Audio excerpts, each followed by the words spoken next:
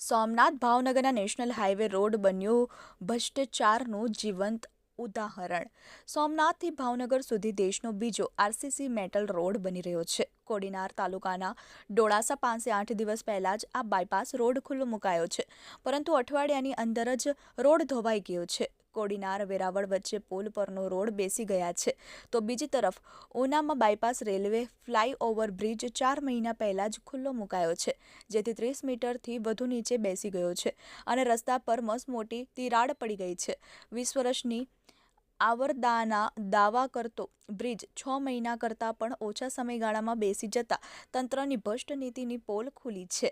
મહત્વનું છે કે 2016માં શરૂ કરાયેલા આ પ્રોજેક્ટને 3 વર્ષમાં જ પૂરો કરવાનો દાવો કરાયો હતો, જો કે 8 વર્ષ વીતી ગયા હોવા છતાં નેશનલ હાઈવેનું કામ સંપૂર્ણ રીતે પૂરું થયું નથી। Bureau report, TV eighteen news, Somnath.